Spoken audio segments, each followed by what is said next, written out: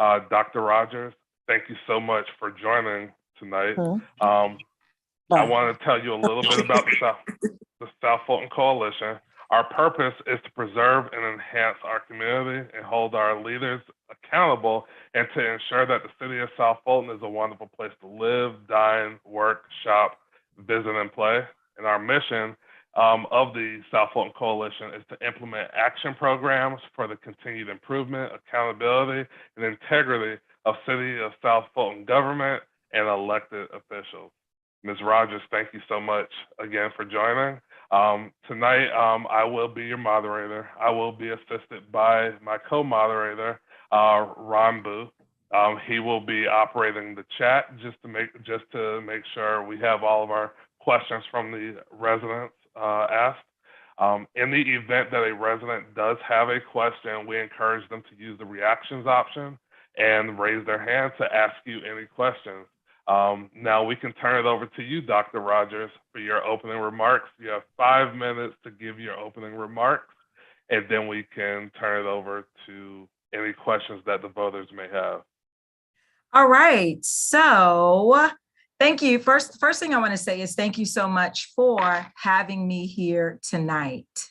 Thank you to the South Fulton Coalition. Thank you for individuals that may be watching from home. Thank you to the voters. I see one of my friends is online tonight, so I definitely want to say, hey, Taquan, thank you for joining us tonight.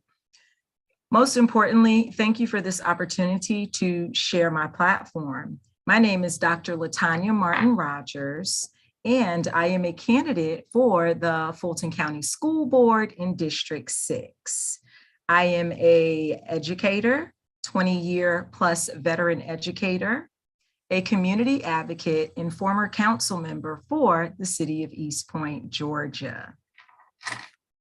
At this time, is it okay for me to begin my presentation, Rashad? Yes, since you're the only candidate, that'll be fine. Okay, all right. At this time, I'm going to go ahead and begin screen sharing.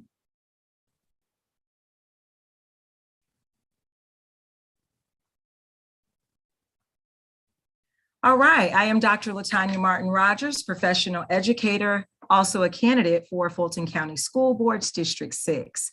On May 24th, I'm asking you to vote for an educator, a historically Black college and university graduate, Morris Brown College, a community advocate, an East Point City Council alumnus, and a member of Delta Sigma Theta Sorority Incorporated.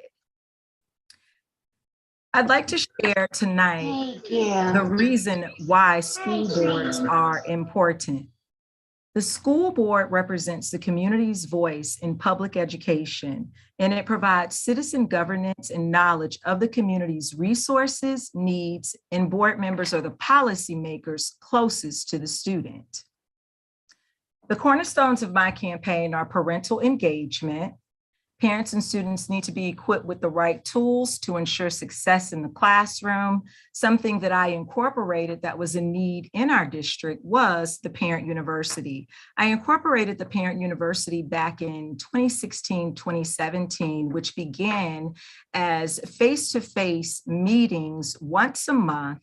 And through those meetings, I provided parents and anyone that had a child in our local educational system with resources, there were financial literacy workshops, there were mental health workshops, there were also workshops stemmed upon healthy dieting, healthy habits, socialization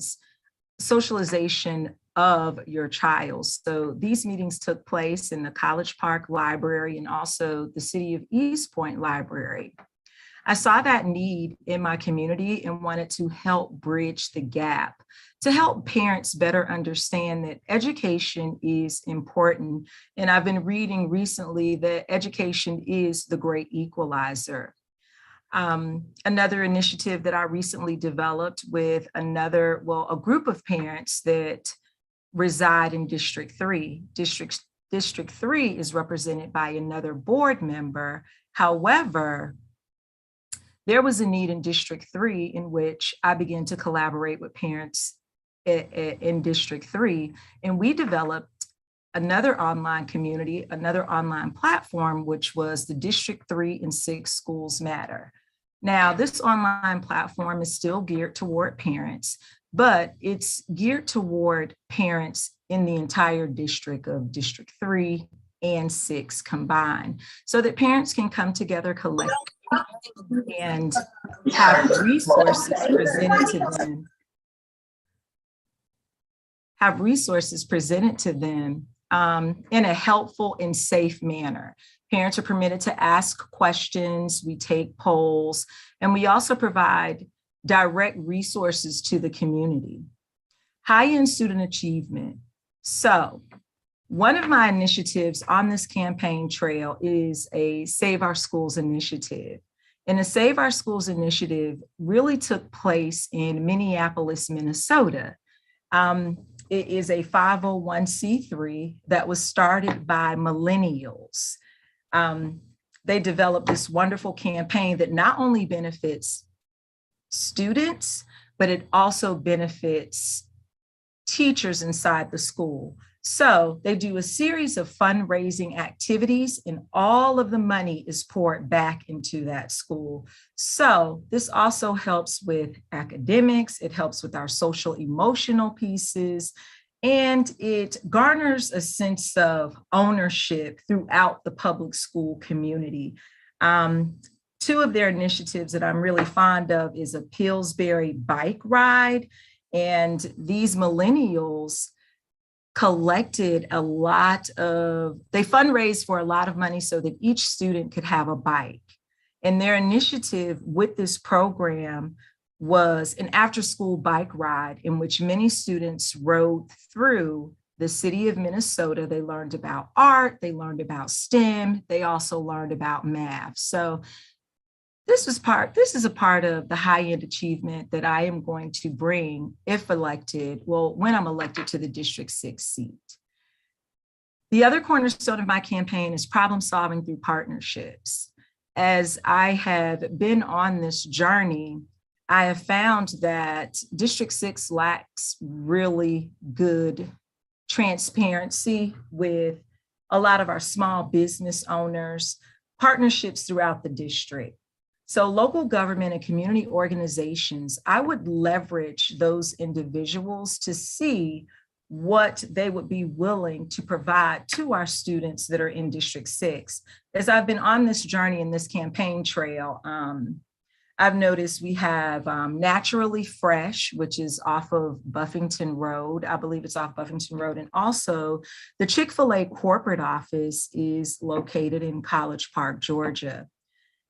Once elected, I would leverage these corporate offices and these businesses. What can you do or provide for our schools in our community? I would also be willing to go before council members.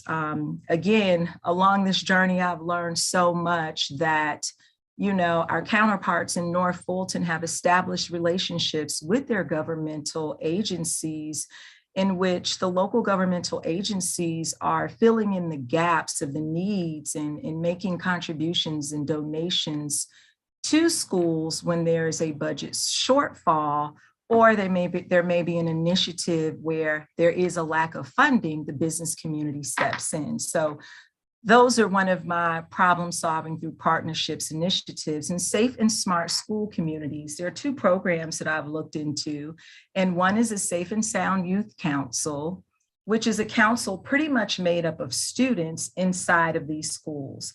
I know that since the pandemic, students have dealt with a lot, mentally, physically, emotionally, but one of the initiatives that I am thinking of fostering inside of our schools is a Safe and Sound Youth Council, in which students take ownership for the safety of the entire school. They work with each other to provide peer mentorships. They work with each other to get partnerships with businesses in the local community. But this places the safety of the entire school setting back onto the students that attend school there. Another safe and smart school communities is Not in Our Schools. And this is another initiative that is taking off and done very well in our school system. Well, not in our school system, but in other states. But Not in Our School is just an anti-bullying intolerance initiative that I would like to see in our elementary, middle, and high schools in District 6. And the last cornerstone of my campaign is open dialogue with the county and community. I feel that we should operate on a principle of transparency. There shouldn't be any surprises at the last minute of perhaps a school closing or something that places our parents and our communities at a disadvantage that hasn't been communicated directly with the community. So as I get information, I would immediately share it with the constituents in my community that it is going to directly impact. These are some of the responsibilities of a school board member. The primary duty of the Board of Education is to enact policy. The superintendent and staff enforce the policies to ensure that each student has an equal opportunity for a quality education. And the board member also evaluates educational programs, adopts courses of study, approves personnel recommendations, approves the budget, provides funds for the operation and support of our schools, and approves school attendance boundaries and acts as a tribunal at certain employee and student hearings. Now, those are the responsibilities of a board member, but I also thought that it was important to bring forth what some current personal initiatives of local board members are. We have Vicki Turner, who was out in DeKalb County, and this is just to show that, in my personal opinion, and what I will do once elected is go beyond the community meetings and go beyond the board meetings. I feel like the school board representative should be out in the community, assisting students, assisting parents, assisting everyone in the community that help make up District 6. So I wanted to provide viewers with just current initiatives of our local board members from around the district, but we have Vicki Turner, who's in DeKalb County, and something that she works on personally is a women's resource center, and she promotes being registered to vote, and she also participates in elder abuse, child sex trafficking, and mortgage fraud community forums. We have Michelle Simmons, who is in Douglasville, Georgia. She has taken it upon herself to be a collaborator with the local sheriff there in Douglasville and also the police chief. And she holds these It Takes a Village, which addresses youth ages 10 to 18 in Douglasville by working in partnership with the local police chief and sheriff. And these programs also provide mentors to children. She also goes beyond her call of duty with Conversations with Michelle. She openly discusses the needs of schools that she represents in the county. We have Sharice Davis, who was a newly elected board member in Cobb County, and she has worked on the Kennesaw Teen Center's Black History Bowl. She's been a moderator, and she also participates in Read Across America, and she's been a CNN news commentator for a period of time. And then we also have Francesca Warren, who was on the Fulton County Board of Education, and she represents District 6. Francesca provided us with a State of South Fulton Schools initiative in collaboration with the South Parents for Education, in which she discussed mental health, literacy, and also the importance of mentorship.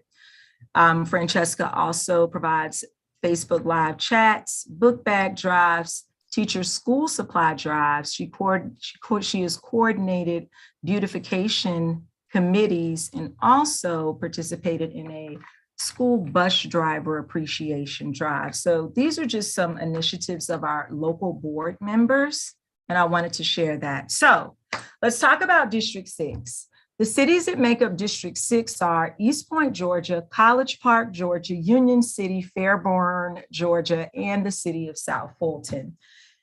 District 6 does not make up the entire cities, but it makes up small portions or pockets of these individual cities.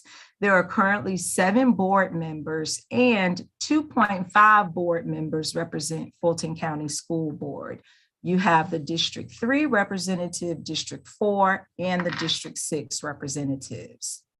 I want to go ahead and just engage you in the CCRPI. And the CCRPI is just a measurement of our schools.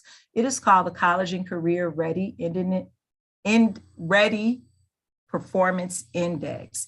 And it is Georgia's tool for annually measuring how well schools, districts, and the state are helping students achieve their goals. You can find out more information at www.gadoe.org. And I can also have this link put in the chat. So these are the lists of schools that are in District 6 and the percentage of students represented at each school.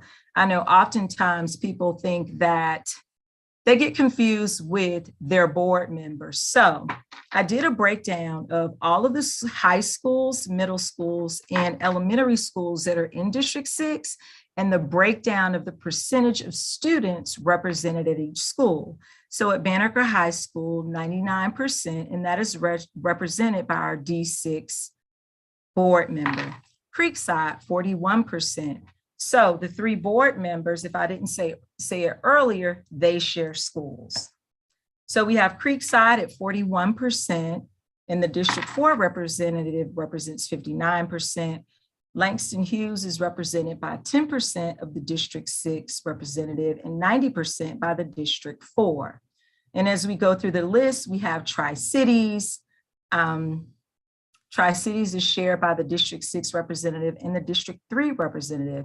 And then we have Westlake. The majority of Westlake is represented by our District 4 representative. And going on down to our middle schools, I highlighted the schools in red and the percentage of students represented at each school that is represented by the board member. 100% is District 6. Paul D. West, 33% is District 6 and 67% is District 3. Then we have Sandtown and Woodland middle schools. Now, we are looking at the elementary schools now. So Asa Hilliard, Bethune, Brookview, College Park, Conley Hills, Feldwood, Gillette, Hamilton E. Holmes, Heritage, Liberty Point, Oakley, S.L. Lewis is at 100%, and Seaborn Lee is at 67%. And then we have Wolf Creek represented 8%. So what I wanted to share this evening was just the alarming facts about selected schools in District 6. I spoke earlier about the CCRPI, but as I've been on this journey and talking to parents and just getting feedback from our voters, it is very alarming of our state. It's very alarming in regards to the state of our schools that are currently in District 6. As you can see, College Park is the lowest performing 5% of Title I schools in the state of Georgia, followed by Conley Hills, Bethune, Fellwood, S.L. Lewis, and Paul D. West. They are at the 5 to 10% lowest performing Title I schools in the state when ranked based upon their 3-year CCRPI average. So based upon that information and getting that feedback, this has been the state of our school for several years now.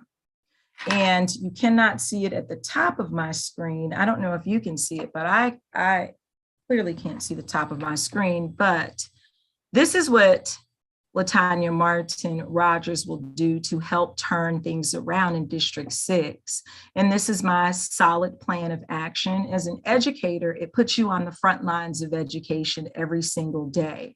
I have 23 years of teaching experience in which I work with principals, teachers, parents, and also community leaders. I'm going to help bring some balance to the District 6, to District 6. I believe that I have the skill set in order to help turn things around, and I would be the first educator elected to this seat.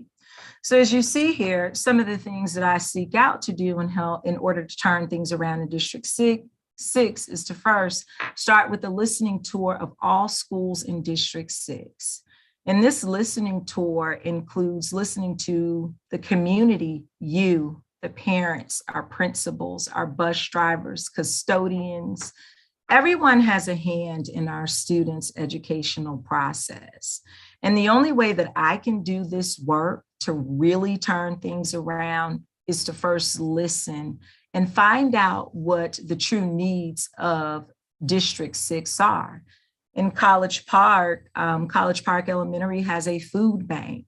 So I know I'd solicit help to make sure that their food bank shelves are not empty. So each school in District 6 has a particular need, but how can you fulfill those needs if you don't start out first with just by listening to your constituents, to parents, to people that are genuinely concerned about their students inside of our schools? I would also like to host meetings throughout District 6 and student community meetings. The last several months, I've had the opportunity to listen to students. And our students get news through the internet, well, quickly through IG. And I've learned a lot through just sitting down, talking with elementary, middle, and high school students, just finding out or inquiring, what do you think school is about? What should your school day look like? Are they experiencing bullying? What are some things that they would do to make their thing? What are some things that they would like to see to make their schools better? So those have really been some genuine hard conversations to have, but I have to listen to the people that I would like to serve. One thing that I would do is consult with a selected mentor, a board member that is locally here in Georgia and someone out of state. One thing that I've learned as an educator is you have to continue, or in any profession, you have to continue to build upon your skill set.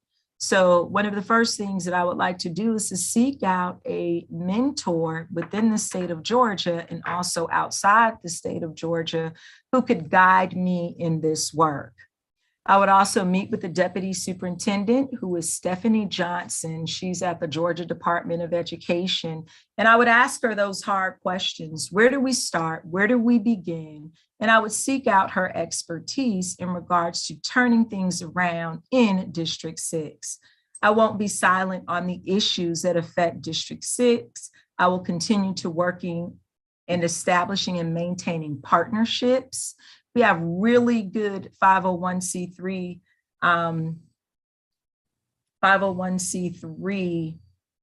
nonprofit organizations that are already doing the work. I would tap into them. What can we do to bring you on board to the masses of our elementary, middle, and high schoolers in District 6? I'd be visible in our community. Again, I've been doing this work. I've been doing this work since 2018. I actually ran for this seat back in 2018. And although I was not successful, I was disappointed. However, it has not stopped me from doing the work. I've continued to attend school board meetings. School board meetings are not televised. Well, public comments are not televised publicly. So something that I've been doing to get information out there to the masses and to the people most affected in District 6 is going live at the school board meetings and sharing them among the masses in the different Facebook platforms that are on Facebook, Instagram, anyone that I can share information with in regards to what is happening in our schools. That is what I've been doing. I'll be responsive. If you send me an email or any type of communication, I will be responsive to you. And what is most important is keeping the community informed.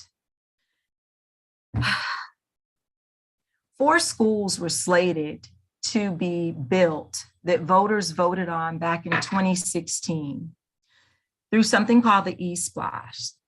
And it is the opportunities for voters to say, yes, we want to pay the extra money to help rebuild our community, to help rebuild our schools. Back in 2016, voters voted to rebuild 4 schools, 2 in North Fulton and 2 in South Fulton. The 2 schools in North Fulton slated, they were rebuilt and they have opened this school year, and not a rock was turned over in the city of East Point and College Park. The 2 schools in North Fulton, Riverwood and Crabapple Middle School, and the 2 schools in South Fulton were Conley Hills in East Point, Georgia, and Frank McLaren in College Park, Georgia. No rebuild. Community was not notified. As I was attending these school board meetings, and it was a discussion on tearing down a school in East Point, Georgia, I began to notify the community. I felt that it was my duty to notify the community that there was discussion in regards, or there was a decision being made without us. No one in the community knew the plans of the Fulton County School Board. And so I began to galvanize everyone from the mayor in East Point, the mayor in College Park, local elected officials, parents, teachers, people that just had a genuine concern. The D9 organizations, we have Omega Psi Phi fraternity that volunteers every Wednesday at Connolly Hills Elementary School, and no one knew the plans of the Fulton County School Board. And so I sounded the alarm. I felt that it was my duty to let the community know this is what is happening. And it was a long fight. I believe that we attended those meetings for maybe 8 or 9 months and put the pressure on the Fulton County School Board until they found land to rebuild Conley Hills Elementary School. Land, I would like to mention, that they've owned for 2 decades in the city of East Point. And you may have seen the news or the chatter about Frank McLaren High School, downtown College Park. That was our work.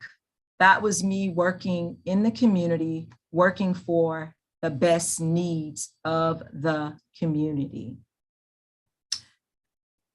I will continue to support organizations that serve our communities. We have a lot of organizations that I've worked alongside in regards to District 6. Around the corner, we have in Atlanta, it's not in Atlanta, well, yes, Atlanta Community Food Bank, in which I prepared food boxes to provide to College Park Elementary in downtown College Park, and also to residents through a food drive-through. There's also Smart Lunch, Smart Kids, which is around the corner from my house, which is in Atlanta Ministry.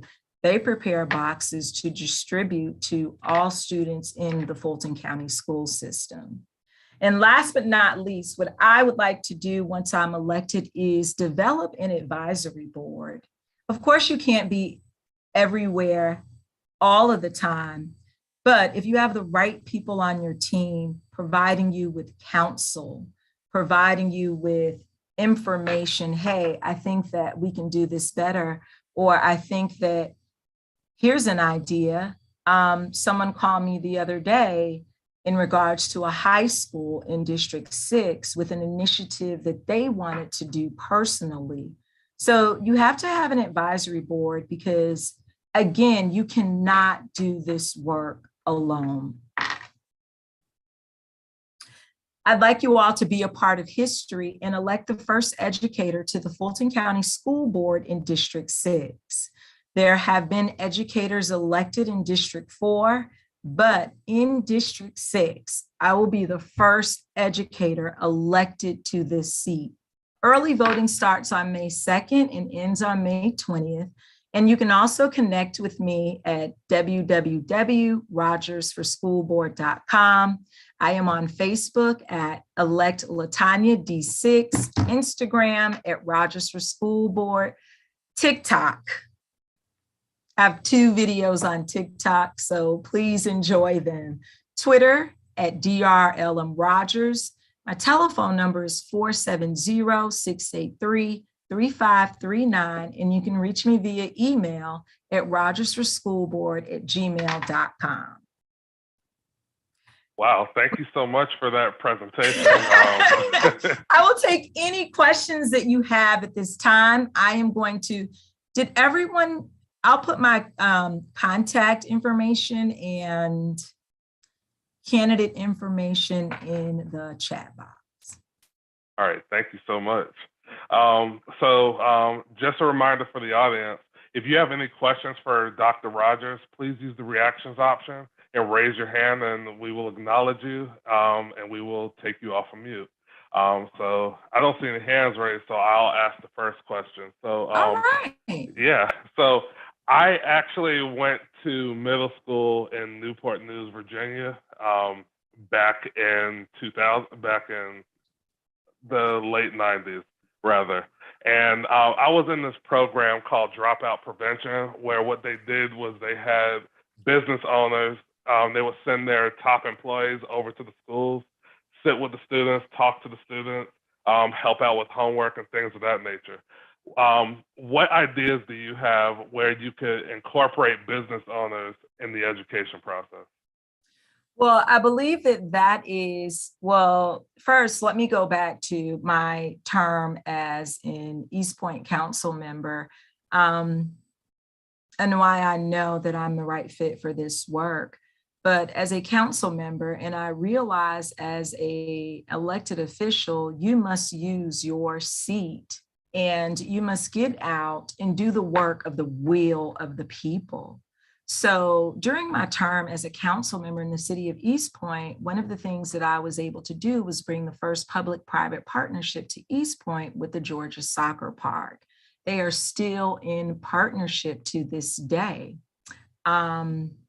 So they collaborate now with the Parks and Rec Department in the city of East Point. We broke ground on a new building maybe about 2 years ago. So now students are also receiving after-school tutorial services once COVID surpasses. They still have this partnership in the city of East Point where students will receive free soccer services. They will receive educational and tutorial services through the city of East Point. Something else that I did as a council member is created internships we did a memorandum of understanding with the Atlanta Metropolitan College, and students in East Point received first priority if they attended Atlanta Metropolitan College for those internships in the city of East Point. So students had internships in watershed management, the mayor's office. They had internships with our police force, with the fire department, with the city clerk's office. So one thing that I talk about all the time is being an advocate from your seat. If you cannot directly impact the people that elected you there and represent the people, then why are you there?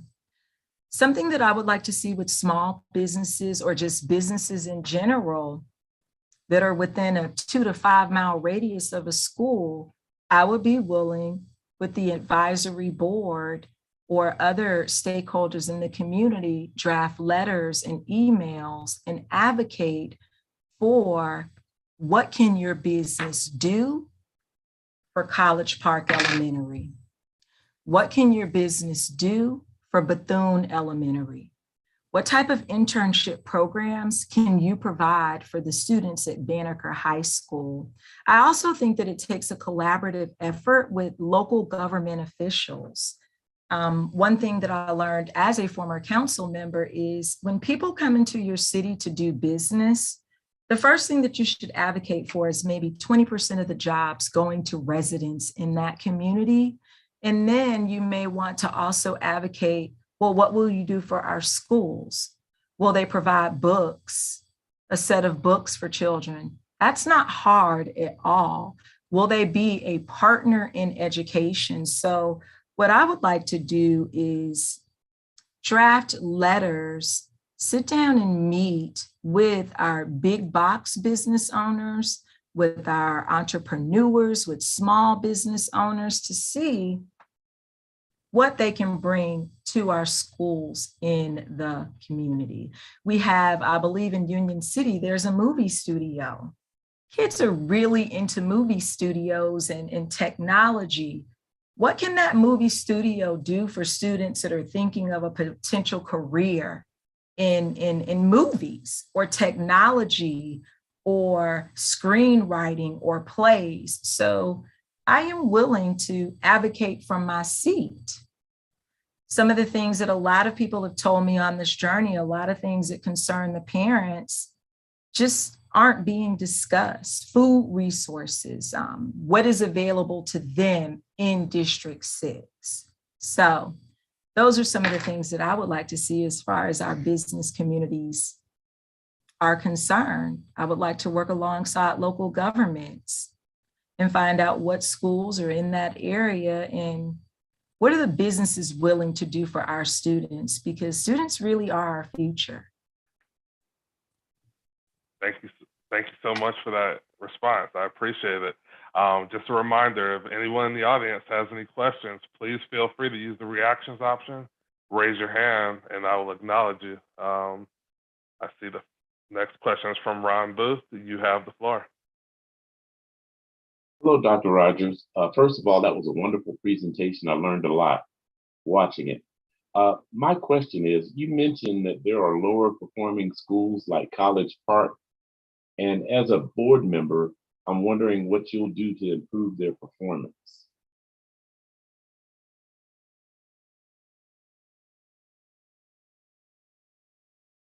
Unmute.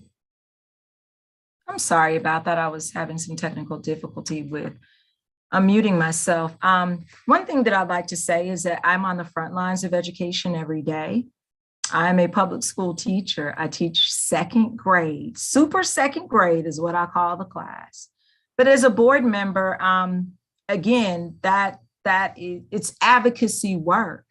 College Park is one of those targeted schools. It's on Fulton County Schools website. It's been presentations done about it for the last 3 to 4 years, not only College Park, but the other schools that are listed in the presentation. But as a board member, but also as an experienced educator and also as an experienced advocate, I'd have to talk about it. I'd have to galvanize my community. I'd have to tap into those resources that are in the community, and resources meaning what is surrounding College Park. All of those small business, if you travel down College Park, their main street, lots of restaurants down that way. You have Virgil's. You also have the Corner Grill.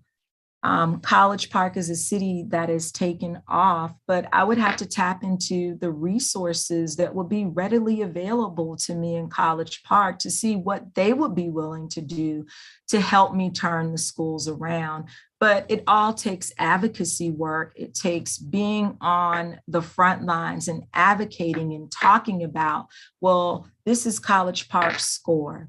What do we need? Do we need someone to do a donation of little libraries? Well, College Park has quite a few little libraries set up, but one thing that I noticed while traveling, you have a set of apartments directly across from College Park Elementary School.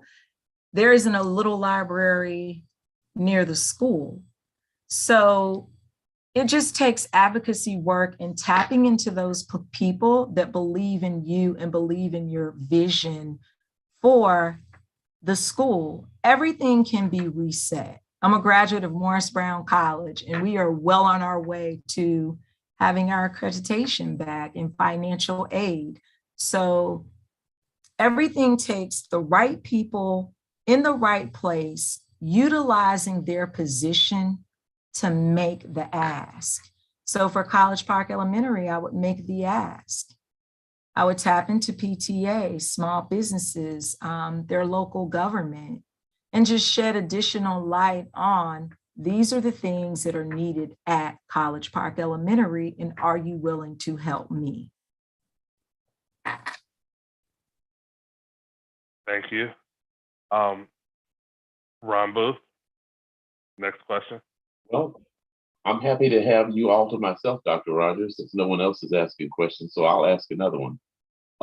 We see that one of your initiatives is safe and smart school communities to foster a safe learning environment.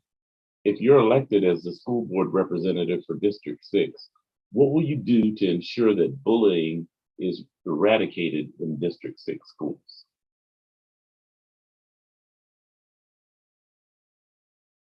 And you're on mute again. I just unmuted you. Okay, thank you. So the Safe and Sound Schools is a youth council initiative. One thing that I found is in doing this work is oftentimes the children are in the school building, right? So we'll have our hands on the children. But I think oftentimes we have to also inform our parents of what is going and also put emphasis on parents with some of these initiatives and some of these things that are happening in our schools. But the Safe and Sound Schools, it is a youth council initiative, which puts ownership back on our students in school. But as with anything, I also believe in informing the entire community of any initiative. We have to first start with the students and get them to buy into the initiative and not be afraid, because as educators, as parents, as community leaders, as people that are standing in the gap for our students, something that we are competing with on a constant and daily basis is the internet and social media. But Safe and Sound Schools is a youth council initiative, and it allows students to have a voice of safety. We have to get our students to understand that it's okay to inform. It is okay. We have to build a culture of it is okay to inform if someone brings a gun to school. It is okay to inform if one of my good friends is Ladon, well, that's not her name, Dorsey. Dorsey is a sex trafficking advocate. So she knows things that are going on with our students that we just don't talk about. So I think that it is okay to get students to buy in, to let them know that it's okay to be a good student. It's okay to tell if your friend has an uncle and he picks her up during the school day and they may go off somewhere. It is okay. We have to give students a platform to be heard, but that particular initiative puts ownership back on the students, and it provides a safe space for them to talk and communicate with one another, that it is okay to inform. It's okay to report, because I think oftentimes a lot of us don't know what's going on until either it has happened or a student is afraid and they inform. So it's a culture. This is going to be a culture shift and provide a safe space for children to have more ownership with the safety of their school. It also provides service projects where students can work together with one another, and it helps build relationships throughout the school community. Thank you so much. Oh. I'm sorry, did I interrupt? No, you didn't, but I just wanted to close out with saying, most importantly, it allows students to be role models. So thank you for your question. All right, Ron Booth, next question. I'm going to keep on asking them if no one else does. You mentioned, Dr. Rogers, the film industry and getting schools involved in different capacities, which I think is great and fun for students. And I'm wondering what other activities that students would consider fun that you're considering implementing for District 6.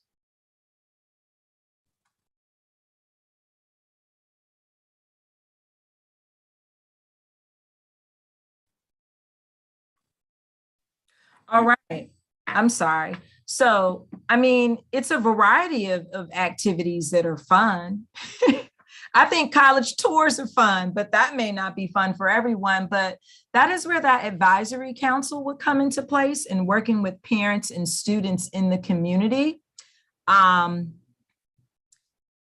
is, I'd have to get advisement. That is where the town halls begin, by listening to my students at the elementary level, because at the elementary level, the kids are talking about becoming YouTube stars.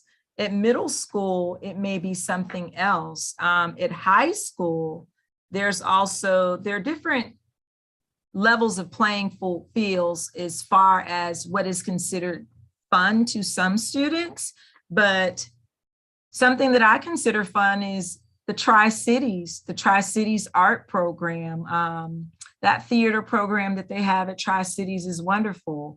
The boys basketball team, they went all the way to the state this year. So that is where I know what I like to do for fun. I mean, I enjoy antique shopping, but that is where coming and listening to your needs and the will of community would come into place, those listening sessions.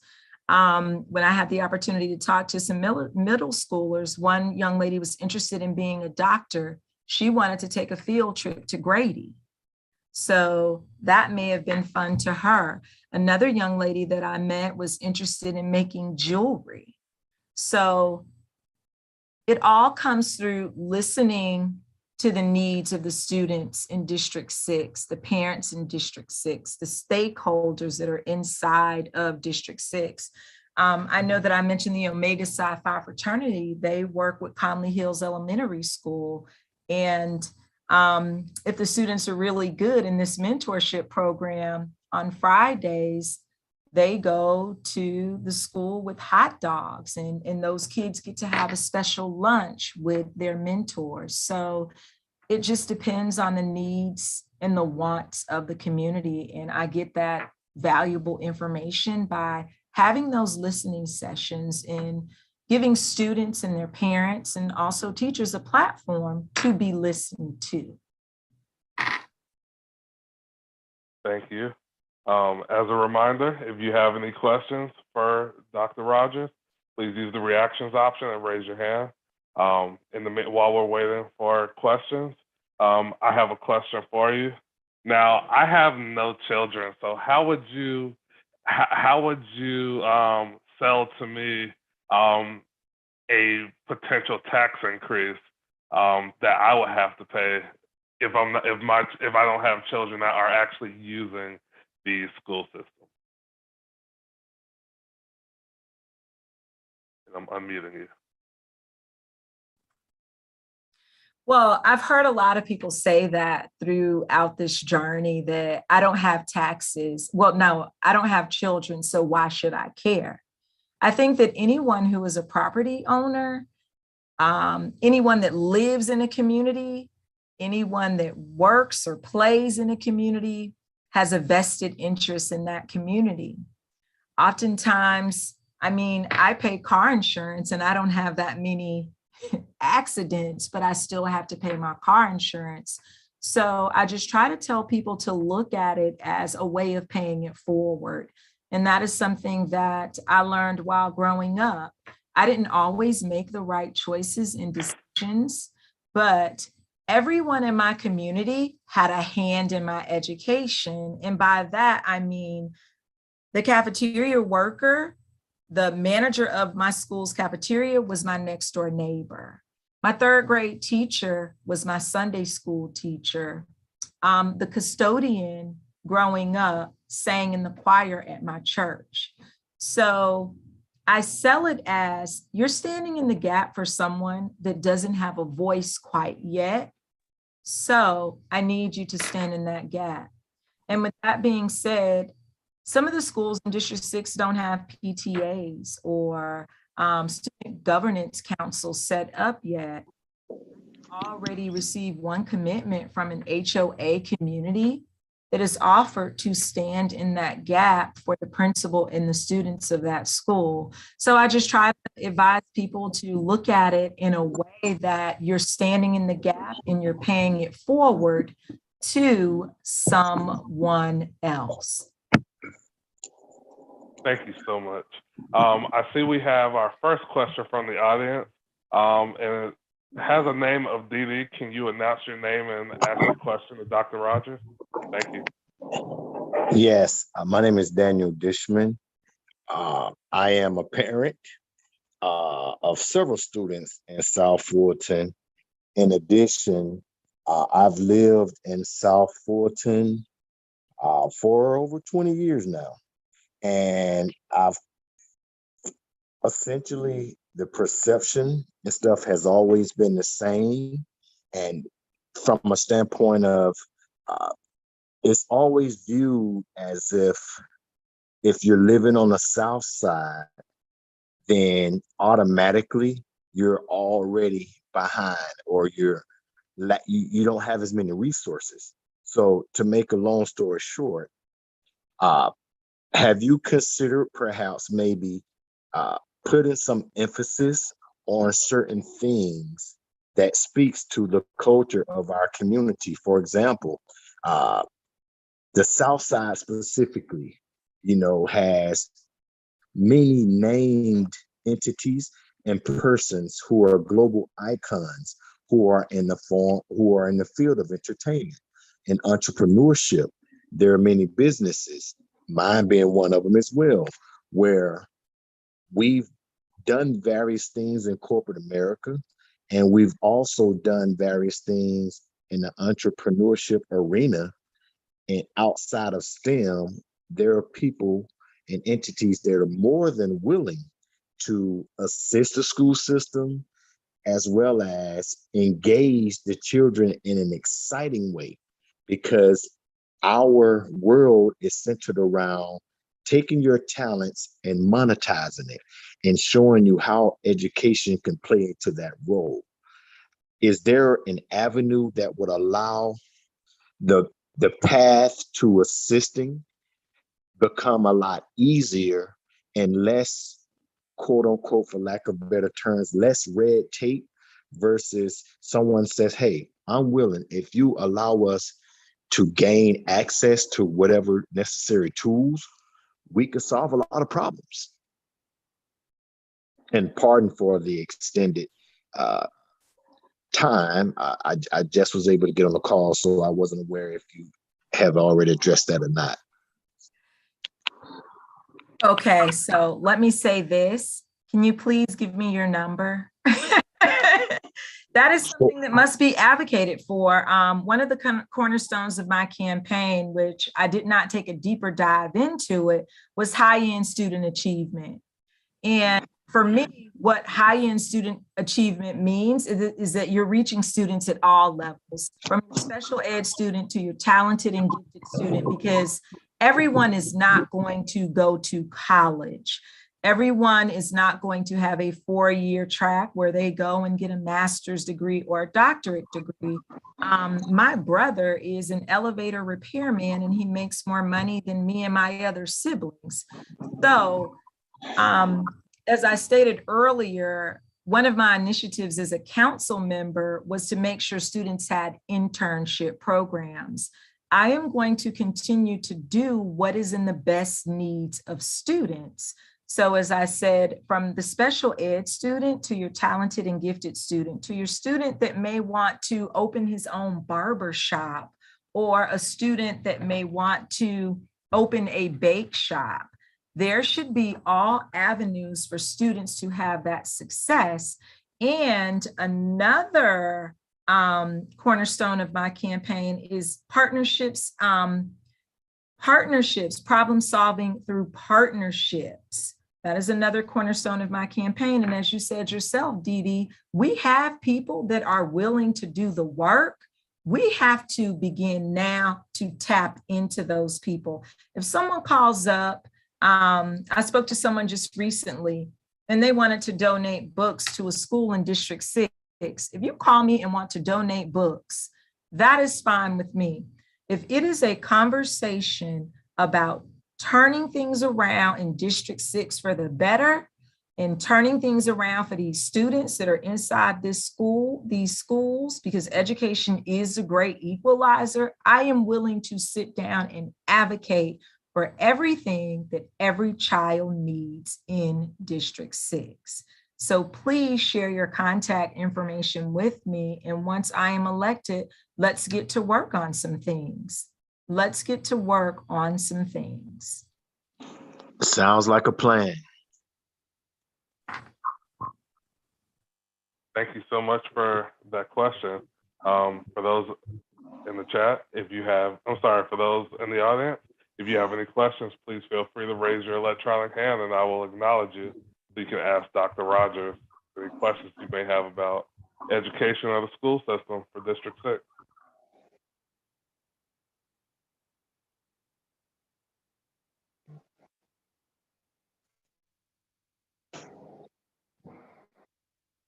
All right, we have a question from Courtney. Courtney, I see your hand. You have the floor. Please unmute yourself. Hello, Dr. Rogers. I wanted to know, well, for me as a parent, what ideas or plans do you have to bridge the gap between parents and the schools? Because there are, especially when it comes to special ed, there are a lot of questions that I have and I don't know necessarily where to go to get my answers.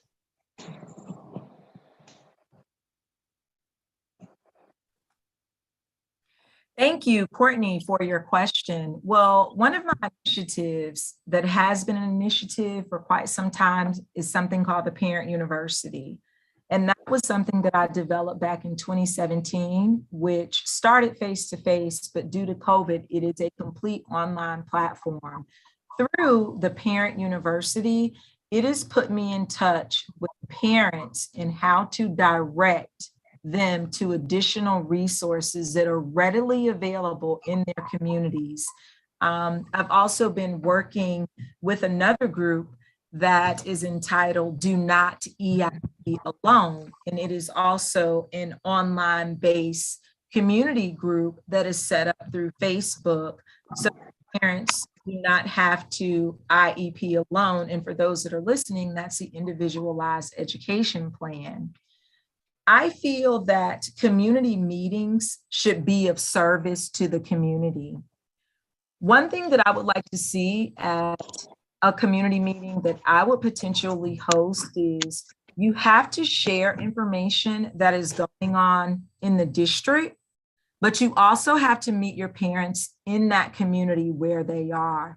So my community meetings would more or less be set up as community meetings, but community meetings of value and substance. And what I mean by that would be like something that Dee Dee said. It may be an entrepreneur that wants to come and have the floor for 1 hour. He may be able to share information through my community meeting that may be of value to the students and the parents in that community. Something, as you stated, our parents of special ed students, they do have the resources, but sometimes if you have a student in special ed, you really don't know where to go. So what I would like to see for District 6 after my listening tour is community meetings that really meet the needs of community. I would like to bring out specialists. You have people that are specialized in mental health initiatives.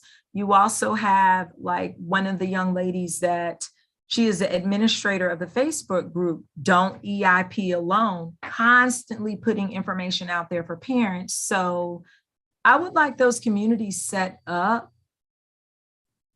with things that are of substance and value to the people in that community. So that was one of my initiatives that I would like to pursue once I'm elected to the Fulton County School Board. Making the community meetings a platform so that parents could come and receive information that is of value, communicating with them so that they could receive information that is of value to them. Thank you so much for your question. And Courtney, did you have a follow-up question? Because I see your hand is still raised.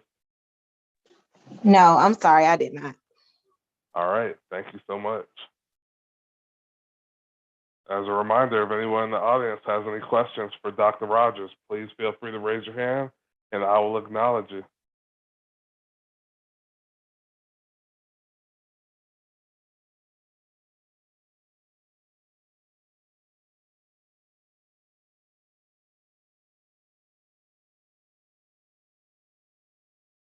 And I'm looking in the chat right now. I don't see any other questions in the chat. Now, Dr. Rogers, is there any topics that you did not address in your presentation that you think is vital that you speak to us about? No, I think that I would like to hear from what are some of the things that we have 16 participants on the call. What are some of the things that they would like to see or do in District 6? I know that Dee Dee said that he is an entrepreneur, he is a business owner. What are some things that I can start to think about while we are having this conversation? If you just drop that information in the chat, I would love to write down some of the ideas. I'd like to hear from the community at this time. I know that Courtney mentioned special education. So that is now something that is definitely on my radar. But are there any, I would like to hear from the community at this time. I'm sorry, finish. Go ahead. Yeah, there's a question in the chat, and Tracy wants to know if you support all testing such as milestones. What are your thoughts on that?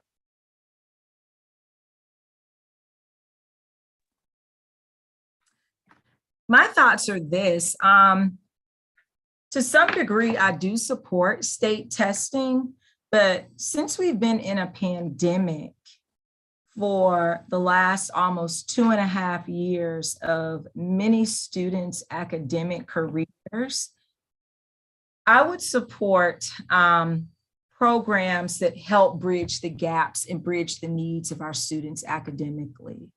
I think that we can possibly put milestones on the back table until everyone can have just a hard reset. And by that, I mean, we started back school this year. We are still wearing masks. Students are still struggling academically. What will the data say for Georgia milestones at this time? I know that it is a measurement used with the state of Georgia, but perhaps we should have moved to maybe end of grade testing. All of those skills and concepts that were taught from August until the end of the school year. But milestones testing, I really don't believe that the state of Georgia teachers, students, parents are really ready to pursue Georgia milestone testing at this time because of the severe impact of COVID-19 on our students and their academic performance. If you think about it, my second graders, the last time that my second grade students, and I don't have the information handy, I'll try to put it up there before we leave, but the last time my second graders were in school, they were in kindergarten. So what information will the Georgia milestones yield at this time? Because now we are playing catch up. Now we have to fill those educational deficits, not only for my second graders, but I believe that some students, the last time they were in school may have been 10th grade and now they're seniors now. So what exactly will the Georgia milestones yield at this time? I am for state testing, but since we have been in the middle of the pandemic, I think that what needs to be provided to teachers and students and parents everywhere is just a little bit of grace. And we look for innovative ways to fill those educational deficits, maybe acceleration in the classroom, perhaps a summer program before school learning, after school learning. So that is where I am now on the Georgia milestones. And thank you so much for your question. All right, thank you for that response. Shay Steve, I see you have your hand raised. You may ask your question. Yes, thank you, appreciate it. I just have a short question, and you might have, I wasn't here for the very beginning, you might have addressed it already, but this school year with my third grader, I really got familiar with executive functioning and how it looks for elementary, middle, up to high school. What are your thoughts on executive function, and how can it be, especially on a high school, middle school level, how can it be a part of those kids' school day as far as outside the classroom? Thank you.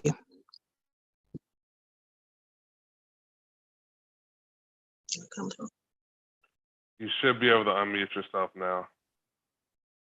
Doctor. Well, I think you said that you have a third grader. So the last time that your child was in school was first grade?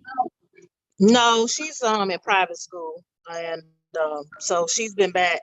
They were out the entire second grade, and the time has gone by so fast. I don't even see that long ago. Let's see, they went to virtual, I think the second semester of second grade, and then all of third grade they've been back virtual. I mean, been back in class. Okay, so she was out of school when? Just the second semester, whenever the COVID started, they went to complete virtual that second semester, which would have been what, 2020? Is it 2020? Mm-hmm. But her school they didn't follow the same virtual requirements that Atlanta and Fulton County did. Exactly, being a smaller private school.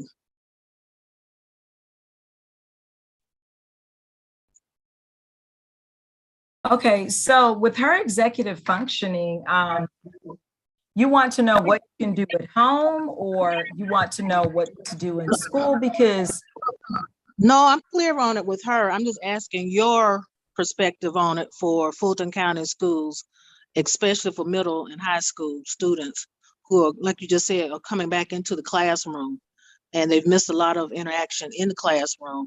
So how can executive functioning get them, how can the school offer that to get them back on track and in the mindset? Right, because the mindset. I hear you.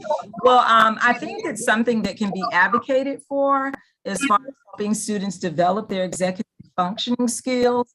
It's probably the implementation of all types of coaches, right? We have reading coaches, math coaches, but that is something I would like to do more research on, and also possibly advocate for, because they do have executive functioning coaches that are readily available.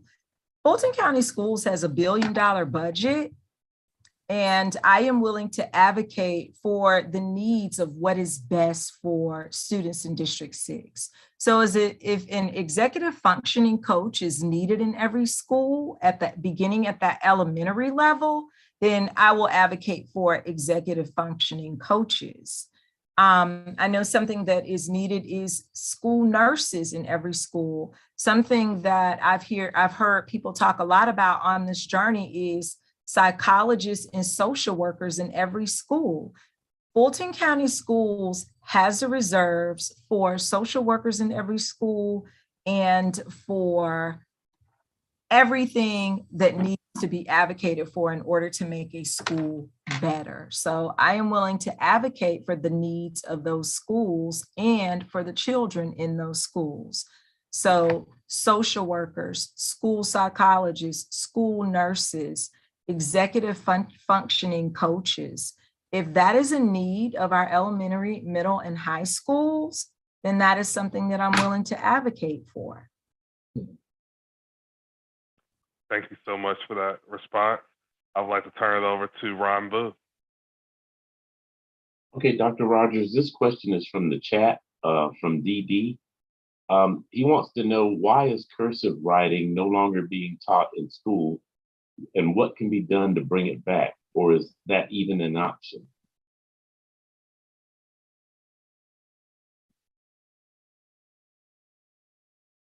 Unmute. Yes, I'm unmuted now. I started teaching back in, I don't want to age myself, but maybe the late 90s. And I guess, I remember touching on cursive writing, maybe at the elementary level, but I think now education has transitioned and changed so much. We have all of these not policies, but legislation put in place that sometimes you have to focus on the standards that you're teaching. And I don't know if cursive writing was possibly a standard that just was not taught across the boards in school. And the standard once moved from, okay, we're not going to teach cursive writing. I know one of the standards for second grade is just to write legibly. In my years of teaching, I vaguely remember having to teach cursive writing, because one thing that we have to think about is that education is constantly changing. It's always a constant shift. When I first started teaching, I don't know if you all remember overhead projectors and risographs. That's how I had to make my copies. That's how I had to have students look at things on the board. It was through an overhead projector. And I had those little sheets I had to write on and clean off. But now we have something called a Promethean board, where I can use something like this. Oh, you can't see it, but it is a thumb drive. I can put my lesson on here, put it on the side of my computer, and automatically teach, and it is projected on the Promethean board. So there have been so many changes and shifts in education that I think along the way, somewhere, somehow, cursive writing just was not important anymore. It wasn't important enough for everyone to teach across the board. We just wanted students to come and teach legibly. So it says, why is cursive writing no longer being taught, and what can be done to bring it back? If you'd like me to advocate for cursive writing, DD, I can advocate for it, but I just think now at this juncture, and then with the use of texting and computers, I have second graders that are now functioning through Google Drive documents. So education is constantly changing. Books are no longer books anymore. We have Kindles that we've rolled out. Education just continues to progress with technology, that I believe cursive writing it's become obsolete. But that's something that I'm willing to advocate for, cursive writing. But I do know that the standard across the board in all grades is just to be able to write legibly. Thank you. Dee, you have the floor. Please ask your question. Thank you, Dr. Rogers. I like to share a different perspective, and I would like to give a direct example, speaking specifically to our schools. Cursive writing is absolutely huge, because documents, contracts that these talented kids will be signing, everything is not always digital. And in the field, if you're coming out of Tri-Cities and School of Performing Arts, and you are a master painter and your signature is not on it, that's the difference in that same picture going for, say, a few hundred versus being auctioned for thousands. And I'm just sharing from an experience of, from a perspective of experience and or business. And with some projects that I've done and just other cases that I've dealt with, if your signature is not on it, you're not valued as being esteemed. And I think in certain cases, if you go back to some of the problems that, you all may have discussed earlier, Someone may not necessarily be an educator in a traditional sense, a doctor, a lawyer, or any STEM per se, but this person is the one that can be the next, for lack of better terms, Picasso. So if that person isn't able to sign their document, in certain cases, even going to the bank, you still have to sign checks and things of that nature. And I've witnessed several times where kids over the last 20 years, they're graduating, they go open a bank account, they don't know how to sign a check. And it doesn't look appealing when people who may be in other areas, even if it's not in the curriculum, but it's something that's in the budget that says for students who are willing to learn code word, you're going to be the boss. You're going to be running corporations or what have you. Your signature matters. Just like all the other campaigns that go around, I'm a firm believer that signature matters, because if no other person, it matters to me in my field. You have to be able, those signatures are just as valuable as your name, your social security, because something that you might have created, that you own, and the world is loving your creation stemming from Tri-Cities, your signature gives you that ultimate confidence. So I think it's very important to at least take into consideration that, kids need to know how to sign their own names and not be a victim of someone else controlling your life. Technology companies and so forth, the people that run them, they know how to sign their name and don't want them to just be task completers versus innovators, creators, and the next Dr. Rogers, perhaps.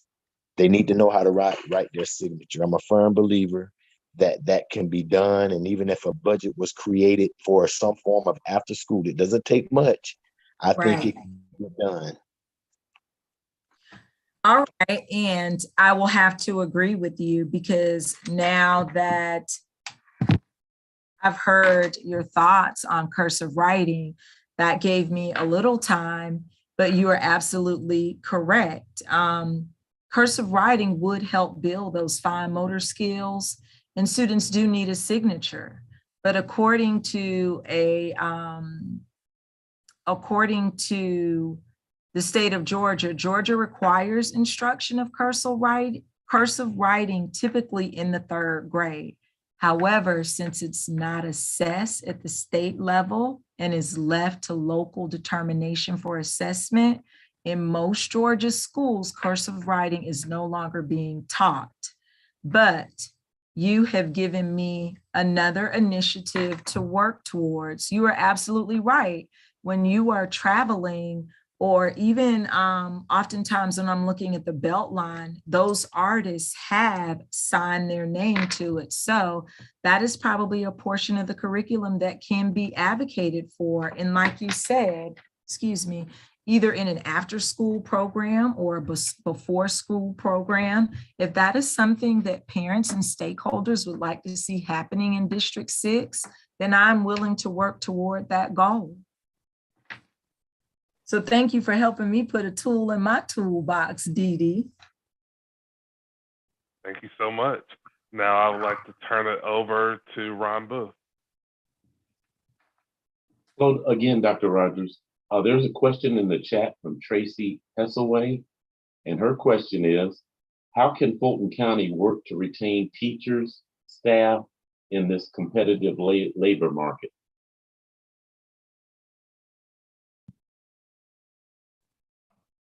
We have to pay them. We have to pay them. I remember at one point in time, Atlanta Public Schools was the school system to go and work for, because it was a well-paying system. At the time, teachers with a bachelor's degree could possibly enter Atlanta Public Schools with a $50,000. They provided sign-on bonuses. we have to value our teachers that work with our students. And that just means advocating for better salaries for our teachers, so that money is a resource and we all need it, right? We have to value our teachers either with our salaries, either with our sign-on bonuses, either with, we have to do something to, what do I want to say? Provide additional initiatives for teachers to sign on with us, whether that be a discount with car insurance. We have to make coming to the District of Fulton County more lucrative for teachers, and we do that by increasing teacher pay, by incentivizing our teachers to come. Providing professional development to teachers may incentivize a teacher to come. One district that I worked in Clayton County years ago, one of the incentives was to provide teachers with a gifted and talented endorsement. So that is something that would incentivize teachers to stay in a district. Something that would also incentivize teachers to stay in a district is being able to move up through a possible leadership track. Some teachers stay in the teaching profession where they work for 30 years as an educator, which is excellent. But we also have to have leadership tracks for our teachers. All teachers advance to assistant principals. Sometimes teachers move on to being school counselors, speech therapists, psychologists. We have to incentivize our teachers to come to the district, and we do that by having incentives for those teachers to come.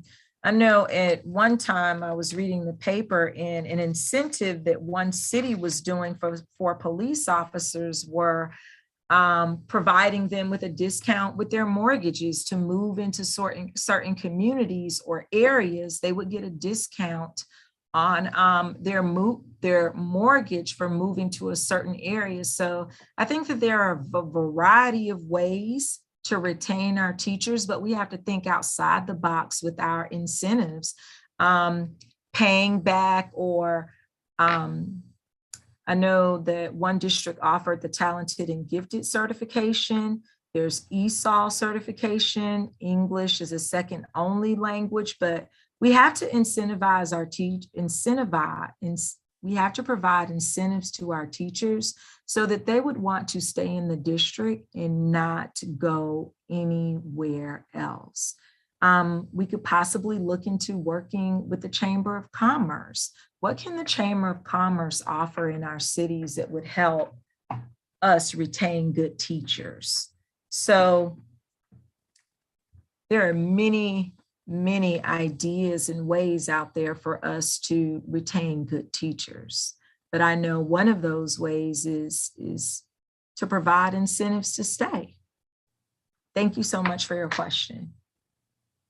Thank you. And we're going to take our final question from Dee Dee.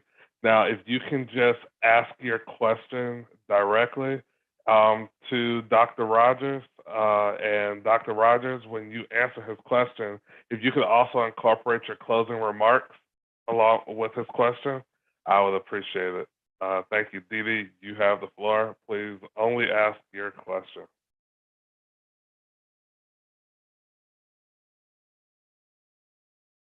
You should be unmuted. Yes, I didn't have a question. It was an error. I touched it by accident, but thank you. Okay, but thank you so much. Now, Dr. Rogers, if you could just incorporate if you could just go into your closing remarks as we wrap up, I would appreciate it. Thank you.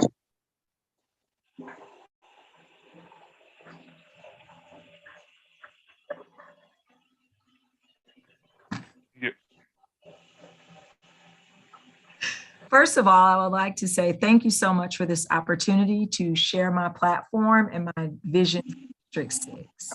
I would like for you to, I'm humbly asking everyone on this call to vote for me beginning May 2nd up until May 20th. I am a veteran educator, and I would like to be a part of the history that will be made by electing the first educator to the District 6 seat. Community advocate, and I simply want to stand in the gap for our children and make District 6 what it can be, and that is the best district for schools. To learn more information about me and my campaign, please visit www.rogersforschoolboard.com. Please remember, District 6 schools matter, and I will always put our students first. Thank you so much for this opportunity again. Thank you so much for joining, and for everybody that's in the audience, I thank you for joining as well. Just to let you know about our upcoming town hall on Monday, this is the town hall meeting with Robert Kelly and Marvin Arrington for Fulton County Commissioner for District 5. So please tune into that one. That one will be an important one to watch. So I would like to just thank everybody for coming out tonight. And Dr. Rogers, if you could put your information, your contact information in the chat so everyone has it. Thank you so much. And I will unmute you 1 second. Okay, you should be unmuted. Okay, do you want me to put my information in the chat? Yeah, so Okay. everybody has access to it. Thank you so much. Okay. All right, I'm doing that now. All right.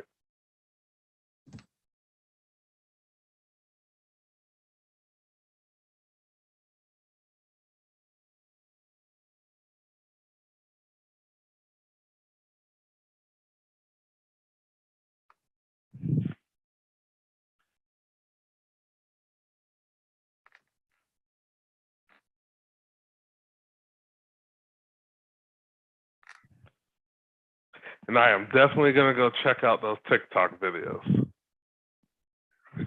Oh. I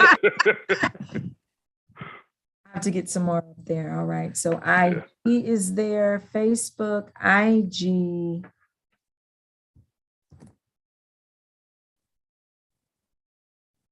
All right, here is TikTok.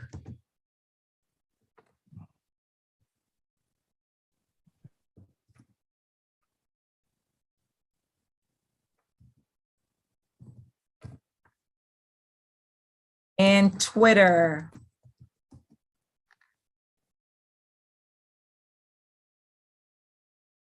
Thanks so much, guys.